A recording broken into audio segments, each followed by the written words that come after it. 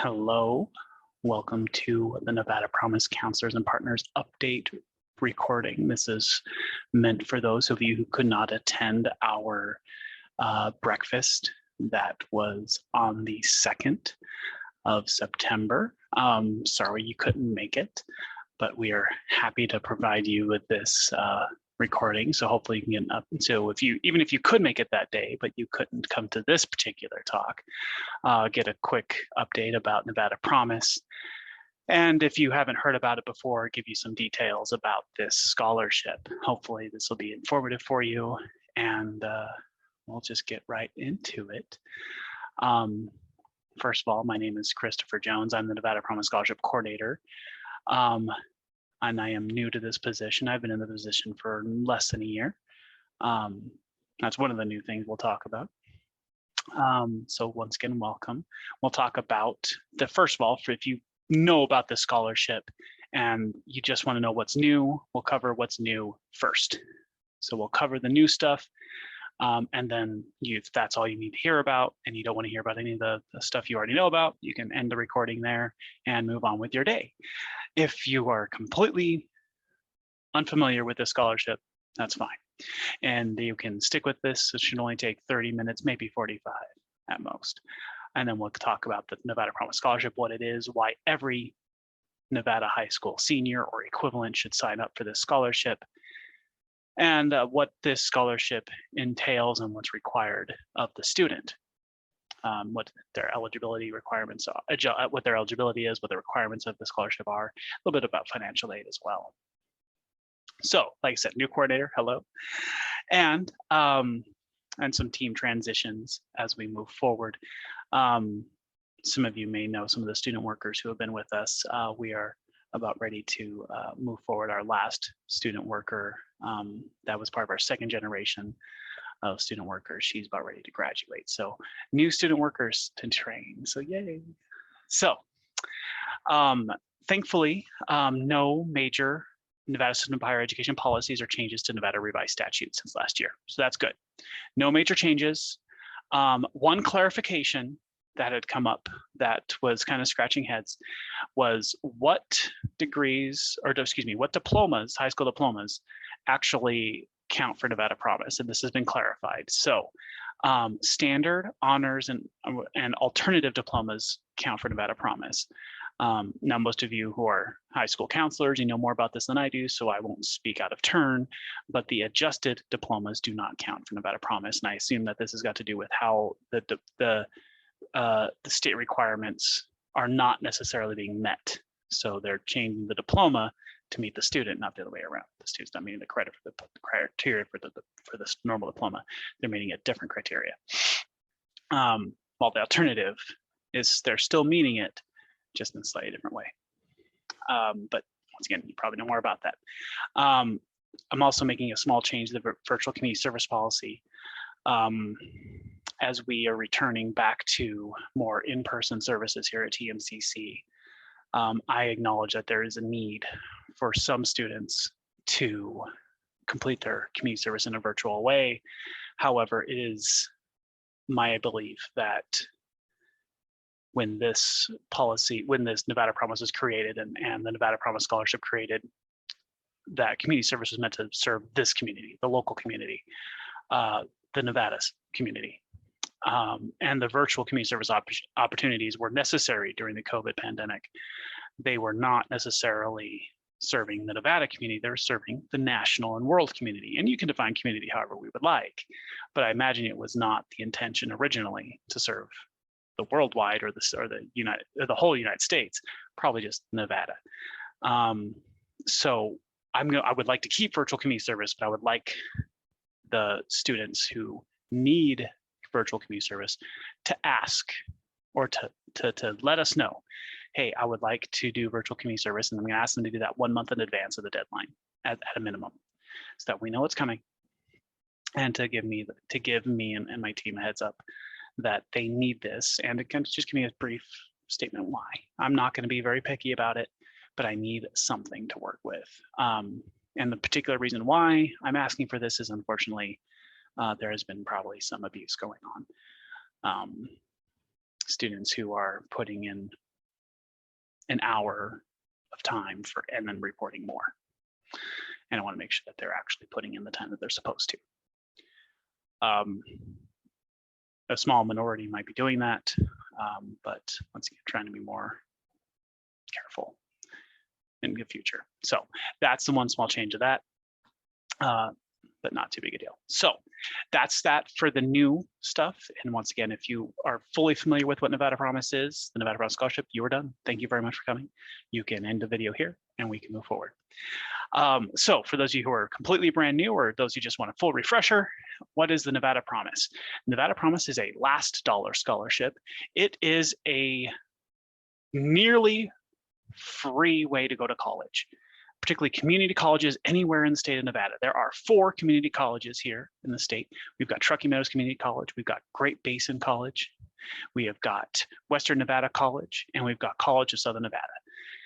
This scholarship is funded by the Nevada State Legislature, and any student who meets the criteria for Nevada Promise, which is practically any student who goes through the steps, Nevada's high school senior, will qualify for this, and they will be able to go to college nearly for free for up to 3 years.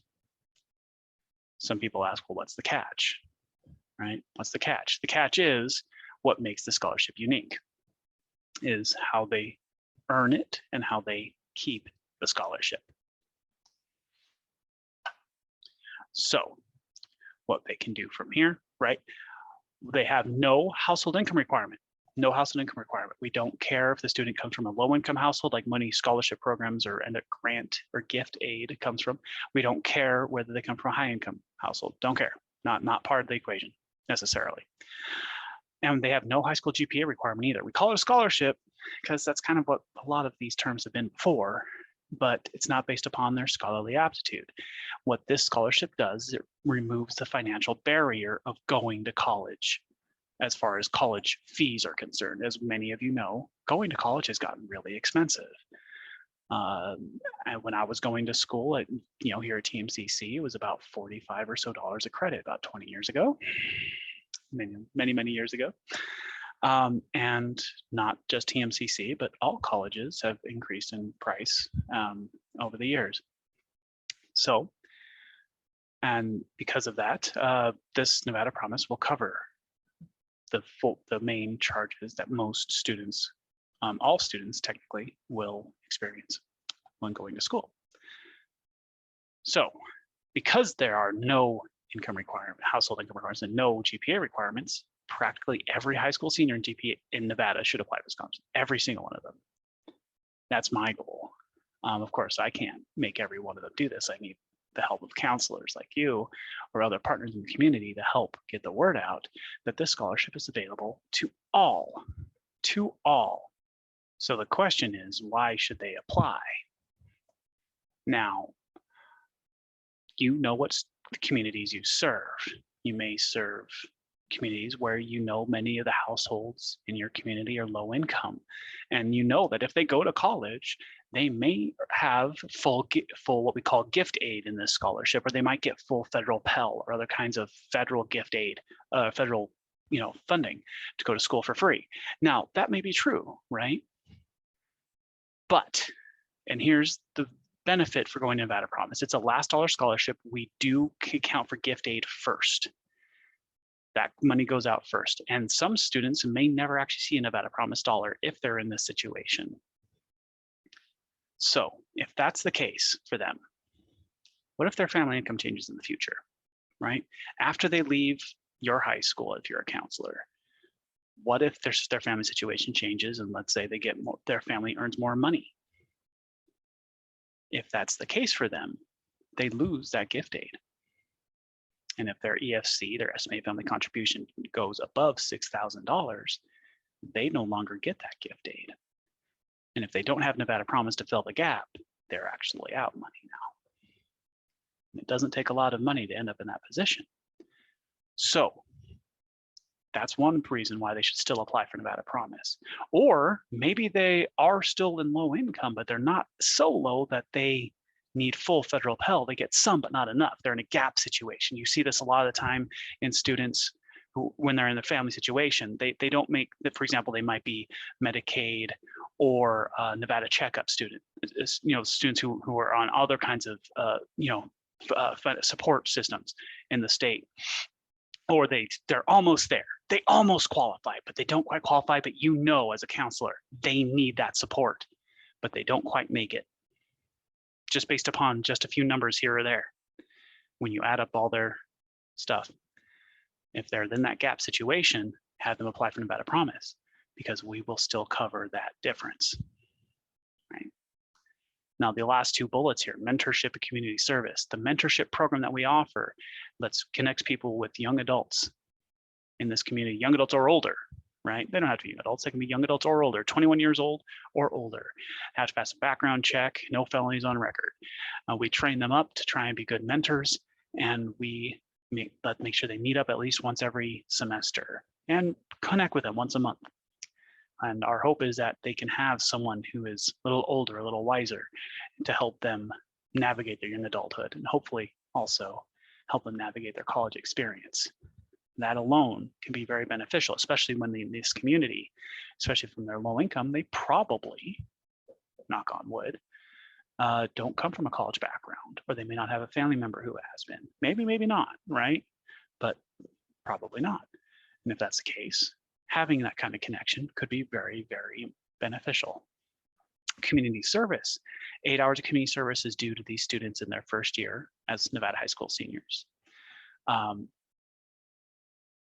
And creating those connections can also be very beneficial to their soul, as well as to creating these social networks that allow them to build relationships and move forward that way. So there's benefits there as well. Now, flip the script. What if they're from middle or higher income backgrounds? They may receive little to no need-based financial aid. That's okay. Let's say Millennium, for example. Millennium is true for regardless of income, right? Students who earn the Governor Gwynne Millennium, students who earn the Millennium, Governor Gwynne Millennium Scholarship, they can get, that's based upon, right? There's how well they do in school, and get that, they do their 3 years of math, 3 years in English. They graduate with whatever GPA they need to do to earn that one. And if they earn that, they can get up to $40 of credit at TMCC or any other community college in the state, up to 15 credits. So that's a maximum of, at TMCC, $600 a semester. And that's a good chunk of money, but it's not really enough when the average full-time student needs about $1,800. So it's good, but it's not going to cut it. So Nevada Promise can split that difference, right? Can fill the gap there. And that this also counts as gift aid according to Nevada Promise policy. So even if the family can support and pay for the difference, why not have the state pay for it? You can save. Now, and if these families also may have things like 529 savings plans, prepaid tuition plans through TMCC or UNR or other kinds of, like I have a 529 college savings plan for my daughter, and I'm paying into that right now for her. And yet, if she decides that she wants to stay in Nevada or go elsewhere, but she stays in Nevada, she can apply for Nevada Promise. Should this program still be around by that point? I hope so. And she can have this pay for college for 2 years, get her 2-year degree, and then move on to a 4-year institution, or stay here and get her degree and be done, whatever she likes. And then, bam, she's done. And she can save that 529 plan for later, and then have that money ready to go at a later time, right? Or anything else, like save that money for another time. So there's really no reason not to apply for the scholarship based upon the amount of income the family makes. That's the point. Once again, mentorship. Nice to have the benefit of talking with someone regardless of their background, because even if in middle and high income backgrounds often may come from a college background, it's nice to have someone who's not part of your family to talk about these things. Community service, once again, creating those social connections to help one another, or for this mentor to help the mentee, very helpful. And the community service to create those investment in the community, right? So that your name becomes known. Last one, regardless of income, because this is true regardless of income, some students aren't allowed to fill out the FAFSA because they may not be United States citizens. But if they are legal residents, but they may not be undocumented. They may be undocumented, or they may not be allowed to fill out a FAFSA. If that's the case, they are still eligible to fill out the FAFSA, regardless of family income. So truly, any Nevada high school senior should fill out this application. It is open as of September. It's open as of August 1st. It's open right now as of this recording, and it closes on, what is it, October 31st, right? So you've got plenty of time to fill out this application. I would think that it should be every single student's goal is to fill out this application and follow through with it. I've already had I've had about 5 or 6 students just in the last 2 weeks swing by my office here at TMCC looking to see if they could still get this scholarship because their plans fell through. They had plans that they were going to go out of state and go to school. And I'm like, congratulations, you go chase their dreams. And then things happened. They had this plan and then they couldn't do it for a financial reason or something like that. And they did not also keep up with the Nevada Promise dates and deadlines. So they missed their deadline. They lost eligibility and I can't give them the scholarship. Or someone who was going to go in the military. They were going to go military and then, go earn their aid to go to school as well. And then they got injured before they could start. And because they didn't even apply for the scholarship, I can't help them because they missed their scholarship deadline. So now's the time to have every Nevada high school senior apply for this scholarship. So what's the eligibility, right? Who's really allowed? They have to be in their high school senior year. They have to be a Nevada resident, right? They have to graduate from a Nevada high school, or they have to graduate from a school that neighbors, from a county that neighbors the Nevada border, right? Like South Lake Tahoe has got some schools that about border Nevada, but they're technically going to school in California, something like that. Now, that covers this group, right? There's some other groups too. For example, let's say a student decided that the school system wasn't working for them and they just want to pass their high school equivalency or GED. As long as it's before 20 years of age, they pass that test this year, they can apply for Nevada Promise as well. As long as they submit proof of that no longer than June 15th of 2023. Same thing for homeschool students. Now, for homeschool students, they have to be registered with an institution that's certified Nevada. Has to be proven here. And if they go through a homeschool institution or an online school that's not registered in Nevada, they have to go back. They have to go back and they have to complete their GED or HiSET or TASC through a state through a test that we acknowledge in Nevada, and they could do it that way too. Any way is fine. So, but that's if they don't go to school through something registered in Nevada, that works, right? North Star Online School works fine. Washoe County School District's online school, North Star, is an online school, right? But it works because it's registered in Nevada. So as long as they graduate from that one, A-okay. And the one other exclusionary criteria, no prior associate degree or bachelor's degree. So that's the other one that if they've earned a degree, that's when they lose eligibility. Haven't seen that one yet. So they can't say that they've earned one.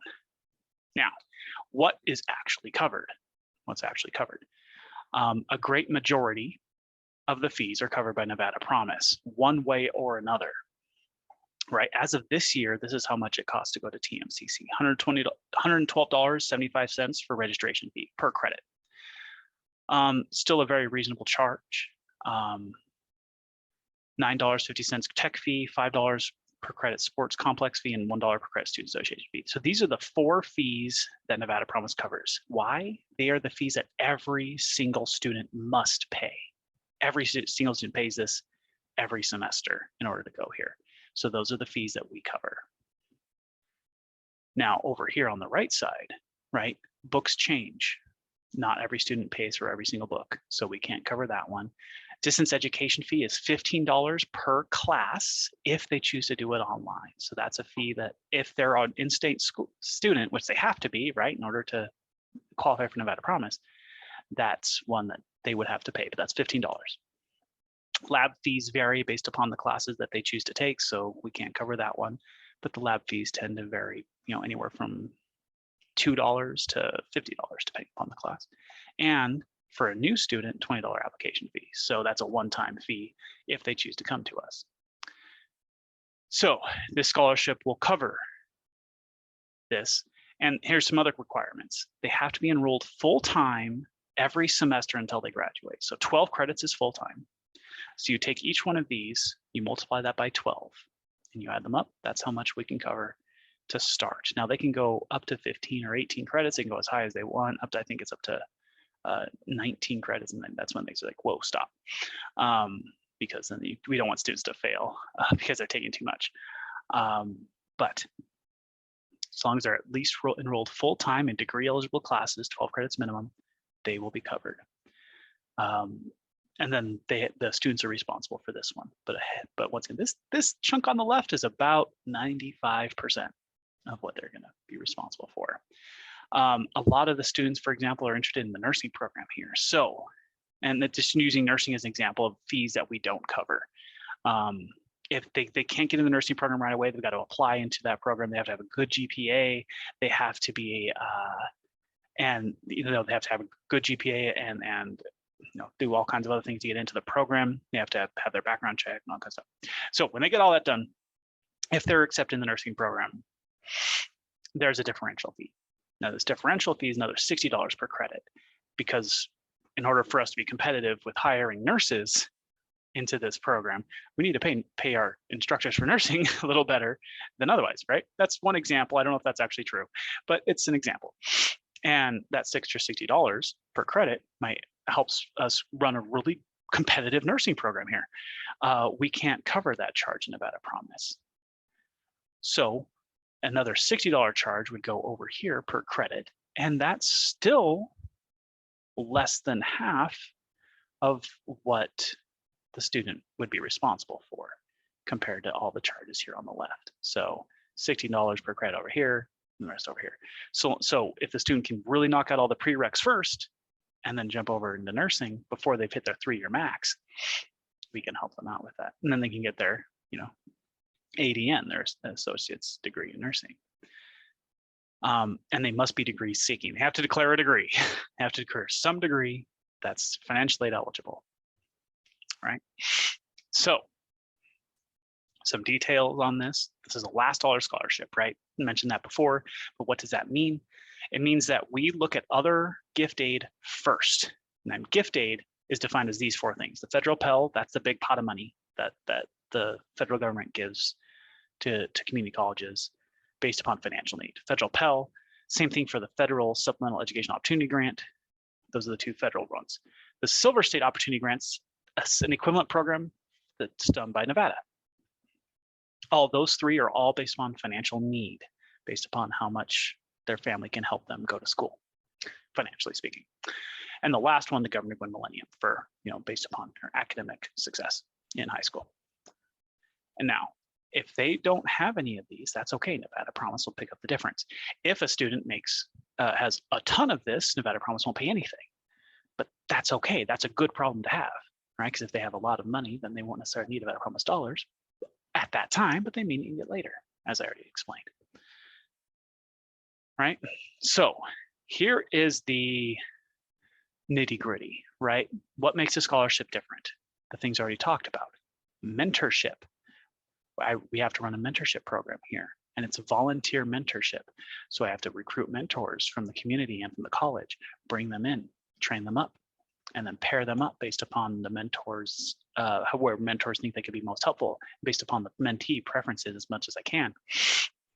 And then connect them with community service organizations in town to get their 8 hours community service in. Thankfully, there's a lot to pick from.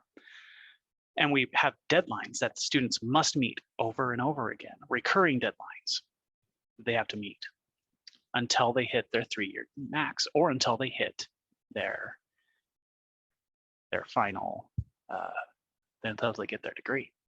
Either one, they're fine. And these deadlines are not flexible. The deadlines are set by NSHE policy and state law. So I don't have a lot of wiggle room here as the coordinator. I need them to meet their deadlines. So students waiting till the very last minute to get important deadlines done does not work. And they've put themselves in a very unfortunate situation where like they want to meet with their mentor sometime during the holiday season, like December 29th, and the mentor is not in town and they can't take a phone call and they can't meet. And then mentee's upset because they didn't meet with them. And my response to them is, well, why didn't you meet with them anytime during the fall semester? Why'd you wait till the last 2 days? And they don't have a response from me, and then they lose a scholarship. So the students have to be very, very on task. So that's kind of where we're at. So this is the checklist that we provide students when they first apply. All right. First of all, they have to apply for the Nevada Promise Scholarship, right? It's open right now. This scholarship application is shared across all 4 community colleges. They have to pick the college that they want. Of course, I want them to apply for TMCC. If they decide later they don't want to go to TMCC, they want to go somewhere else, okay, cool. Send us an email and tell me, I want to go here. And I will email that college and I will say, I am transferring an application over to you. Please be informed now that this person wants to go to you. When they apply, they should get an email pretty quickly saying that they got it. If they did not get an email, their application probably did not go through and they should apply again. Let me say that again. If they did not get an email within the first few hours of them applying, their application most likely did not go through. It's very rare, but it can happen. And I would rather see duplicate applications that I can delete than a student who missed an application, because every once in a while an electronic application can be lost. Second, they need to apply to TMCC. So our fall application opens on September 1st, fall 2023. The new application page looks a little like this, and right there, there'll be a little box you can click for fall 2023, right? And then so that's the next step they do. When they apply, they need to know their social security number. Financial aid students need to know their social security number. And some of you might be thinking, well, what if they don't have one? Hold on to that question. But if they have one, they need to put it in, and they need to put it in correctly. Don't let them guess. If they don't know what it is, make sure they know, and then they come back to it later. All right. No upfront costs. Apply for fall 2023 or summer 2023. They have to be, and have them pick a degree, any degree that they want, even if it's the Associate of Science General or the Associate of Arts General. It's fine, but something that actually gets them financial aid. Okay. Now we have another deadline that they must do is they have to meet either with me in person or virtually, or they have to do an online training to actually qualify for the scholarship. If they don't do this, they don't get the scholarship. They can do it in person, virtually, or online. This is due March 1st, 2023.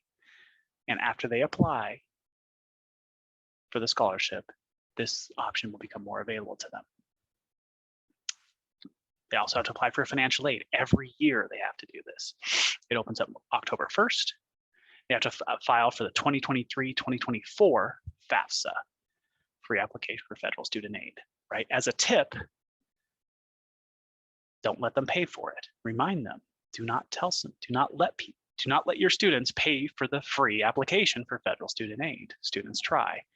It's not worth paying for. It is a free application.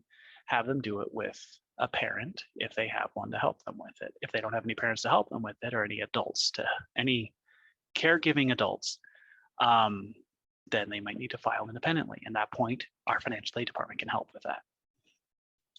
Now, once again, if they don't have a social security number, they might not be allowed to file FAFSA. In that case, there is a form on our website they can file for non-FAFSA filer. And if they're not legally allowed to file the FAFSA, once again, they're still qualified for Nevada Promise, but they need to tell me or tell our office that they're not qualified. So NB Promise non-FAFSA filer form, it's on our website.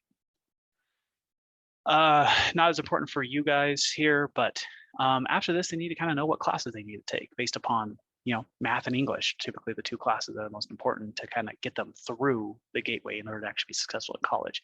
Get them into their math, get them into their English. Now, the higher they place in their ACT, SATs, or AccuPlacers, get them into math 126 or 120 without support, or even higher, right? ACT, SATs can place math as high as calculus or English up to English 102. AccuPlacer only tests you as high as English 120 or 126 for math, or English 101 for English. So, and we also have alternate pathways. Either way you want to go on that, but don't worry too much about that. I've got that right here. And this is something good for you counselors to know based upon their high school performance. 3.0 unweighted GPA in high school, or a B average in senior English classes, or AP English classes with a B or higher. Any of those good to go, English 101. For Math 120 or Math 126, a 3.0 unweighted cumulative GPA in high school, or, excuse me, so let me say that again, 3.0 unweighted GPA and a B in your second semester of Algebra 2. If both of those are satisfied, they qualify for Math 120, 126. So that's what they need for those to qualify for that without support. Now, we offer now Math 120, 126 with support, but that's more credits. So they wouldn't have less other classes they could take their first semester. That's the only thing they would lose if they don't meet the prereqs for the classes without support. They do have to complete an orientation with us before they can register for classes. So they need to complete what we call SOAR, but that's no surprise there. Now, step 7, mentoring, right? We do need mentors. We always need mentors, and because I'm talking to y'all, I'm not actively recruiting for mentors, but I will be starting in January. We always need mentors for this program, and we always look to our friends at Washington School District and other partnered programs like Bishop Manogue and Coral Academy and other kinds of charter schools, partnered schools, or just partners like all of you. We're looking for wise adults to be able to help our young adults navigate their young adulthood and help them with the scholarship so they can earn this, because the mentorship program is required by Nevada state law. I can't just throw this program out and say, you don't need to do this. This is required. It's a big part of this, because we want these students to be successful. They have to be with a mentor who can help them be successful in college. But although going to college is not a requirement for a mentor, but being goal-driven and meeting those goals is important. So, like I said, they have to be 21 years older, no felonies on record. Kind of important, right? Mentors have to be able to be reachable. They have to be able to talk back and forth with a student, and with some reasonable restrictions, but in general, like, be approachable, right? We try to match mentors and mentees for good, based upon their preferences and needs and academic goals. At the end of the day, though, we do need to make a match. So we match as best we can, but in the end, we make a match and we move on, right? We try to meet students where they are, right? If we have a student who loves to text and a mentor that loves to text, then great. If someone prefers phone calls, then that's what we try and do, right? I tend to match students up in late March, after the March 1st deadline. So if they don't meet the training deadline and they don't meet the FAFSA deadline, then they're out. And after that, then I'll start matching up with mentors. So I do my recruitments in January and February, try to get as many mentors as I can in that time, maybe and start a little bit in December. And then based on the pool I have, I'll match them up at that point, right? Of course, mentors are not academic advisors. You're not gonna be able to tell them what they're doing. So they're volunteers, right? Y'all, if you were to sign up for this, you're volunteers. And this is just a part of the tips. If you have students who need help, just a reminder for them, like they're there to help you, and they'll help you to transition young adulthood and to help you with a scholarship, but they're not academic advisors. We do have professional ones though, so they can come and help. They can sign up for an advisement appointment with us. Next up is financial aid verification. Not all students have to go through this step. Some of them are randomly chosen, and some of them are chosen because their FAFSA was kind of weird. They didn't submit information that made sense, and they had to go clear it up. And there's a randomness to it as well. So if they're selected, it'll come up in their to-do list. And then if it comes up, they need to put it at the top of their list because it can take a couple of weeks to knock it out. The sooner they get it done, the better. This is at the deadline of June 1st. And by the way, the deadline for this one, for meeting with a mentor, is also June 1st. Now we're all the way into late June, so that there's a lot of time to get this stuff done, right? We smash them up in March, and they've got until June 1st. So March to April, and then April, May. So they get about 2 months to get this done, right? And the last one, once again, verification, take the time, get that done. The last one is 8 hours community service. They can start the community service the start of their senior year. Like right now, even though they're not in the program yet, right? They may not even applied yet. If they start doing the community service now in their senior year at high school, they can start. They're good to go. So get their 8 hours in. They can do more. They can do as much as they want. They need 8 hours minimum, and they can double dip. If they're taking a political science class for their senior year of high school, and they have to do community service for that, and they can also do it, report this to us as well, and that's fine. We're good for that. So that's what we mean by double dipping. They can do that. Now, with these considerations, they can't get paid for it. They can't do an internship for it. Their compensation is a scholarship. They can't do it for a member of their family. That's come up before. They can't donate their money or items in lieu of time. It has to be their time. They can't participate in fundraising events. They can't run in a 5K for breast cancer awareness, for example, but they can help with the registration of the event, or they can hand out water bottles, or they can do other kinds of stuff to help the event run better, but they can't actually be in the event, if that makes sense. These are some examples of all things that I've seen just since I started. They can participate with a faith-based organization, but they cannot engage in religious proselytizing or recruitment. So they cannot, if they're doing this, for example, they're doing a food bank, right, as part of their church, and anyone's welcome to come, great, wonderful, please do that.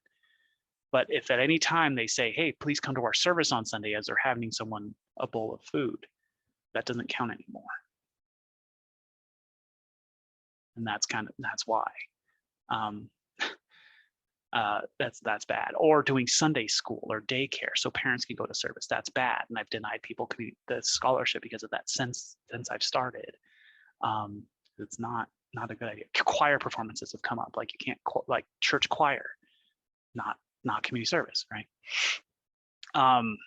They must be nonprofit or a public service organization, right? A registered nonprofit, nonetheless. Food Bank in Northern Nevada, outstanding. Boys and Girls Club of Truckee Meadows, outstanding. Just a couple off the top of my head, right? Soulful Seeds, another one, right? Any of these kinds of organizations in town, wonderful. They can volunteer for Wabash County Health District, fine. You know, they can volunteer in your school, so long as, and that's even fine, so long as, you know, whoever their supervisor is willing to sign off that they're not getting, you know, just a grade for it too, right? They got to volunteer their time, right? They cannot volunteer for a business that's making a profit off their labor in general, right? Like I said, virtual community service opportunities require approval at least 1 month in advance of the deadline, just so that we can reduce some of the potential concerns that I mentioned before, right? And last thing, they have to enroll in 12 credits.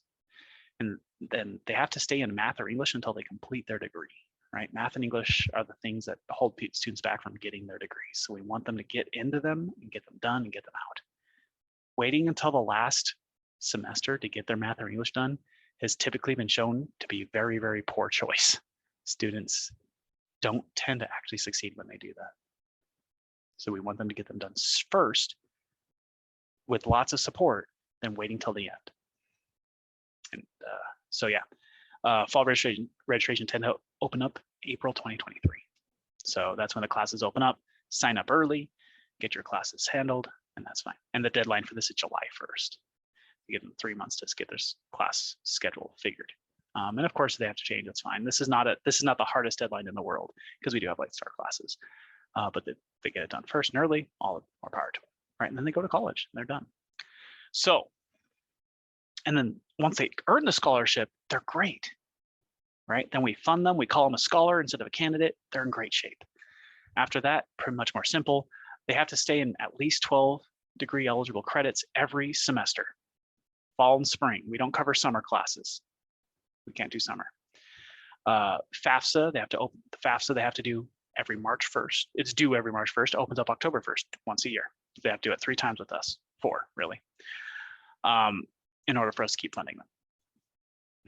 So, and then once again, if they get selected for verification, they have to do that. SAP, meet satisfactory academic progress. They have to do decently well in college.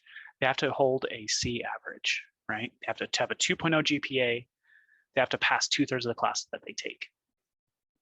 And if they declare a certificate, pretty much is the concern here, they can't take more than 150% of the credits needed for the degree they've declared. So for an associate's, it's 90 credits because you need 60 for that. For a certificate, it's 45 because you only need 30 for that. So, yep. We can't cover skill certificates, by the way. We can cover certificates of achievement and associate's degrees and bachelor's degrees. Those are degrees we can cover. Can't cover skill certificates because you can't declare them. You just earn them by taking the class, right? So you have to meet with our mentor each semester and complete and report 8 hours community service each semester, right?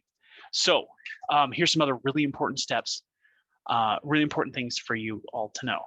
If a student is in good standing and they need to leave because they've got a known thing going on, like they've got extreme financial hardship above and beyond what Nevada Promise could ever cover, and we can't cover, like, well, I'll try and get them as many resources as I can financially, you know, like, hey, go apply for SNAP benefits. Hey, we've got this here, over here, we've got this here, like homelessness. We could, you know, contact with counseling to help get them connected with other resources. And that's still not enough. They just can't right now, right? We have a leave of absence policy. The students can read up on it. Or if they get called up for military service because they're part of the National Guard, or if we have a draft, right? Something like that happens, leave of absence, that's fine. Or if they have to go unserviced due to their faith, right?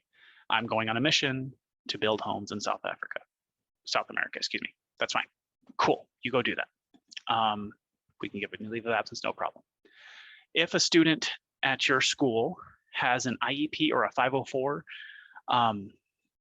or you suspect that maybe they should have and never did, and they, you know, meet with their physician or other part of their, you know, mental or medical care team, and identify, yeah, this student needs accommodations, they can meet with our disability resource center, and then with that team get established for documentation. If that's the case, and it's part of their documentation that they can't go to school full time, they can be exempted from the 12-year requirement and the 3-year maximum at the same time. But they have to do this through the Disability Resource Center to get properly documented. In order to do that, they may also need to, you know, talk to your school to get that information brought to us, and they have to sign paperwork and do all that kind of stuff. And we have an appeal process as well. So if they feel like they have been denied unjustly or due to an error, that's a clerical error, maybe on our end as a TMCC, you know, we're human too. Yeah, they can file an appeal. I'll entertain the appeal, but if we didn't make a mistake, then we didn't make a mistake and I deny the appeal. But I always recommend that students take their time with the appeal, write in full sentences, detailed. If they only write 2 sentences, I got nothing to work with, and that's their only appeal. And then they deny it, and then they're done. So yeah. Oh, by the way, here it is. They lose eligibility, right? They believe they have complied with statutory requirements, but their application was denied. We do have the appeal on our website. It's a web form. Take the time, fill it out, be careful, ask questions, email us first, call me, we'll talk about it. Because this appeal is a legal process. It's binding. I have to report these to the state. Haven't been asked yet, but I may. So they do need to do that.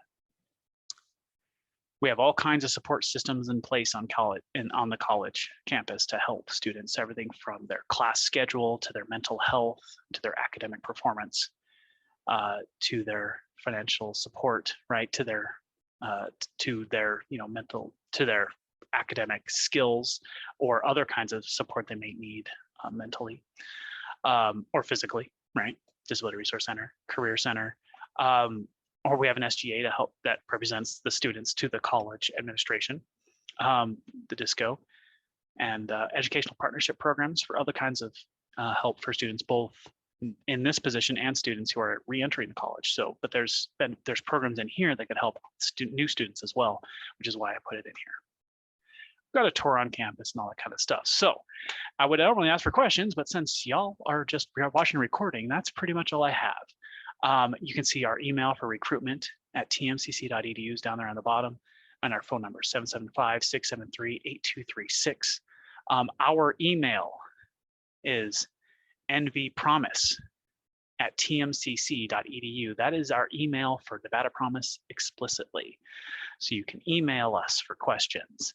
My name, once again, is Chris Jones. My email is cjones1@tmcc.edu. I hope this recording was useful, and thank you for your time. Please let us know if you have any questions.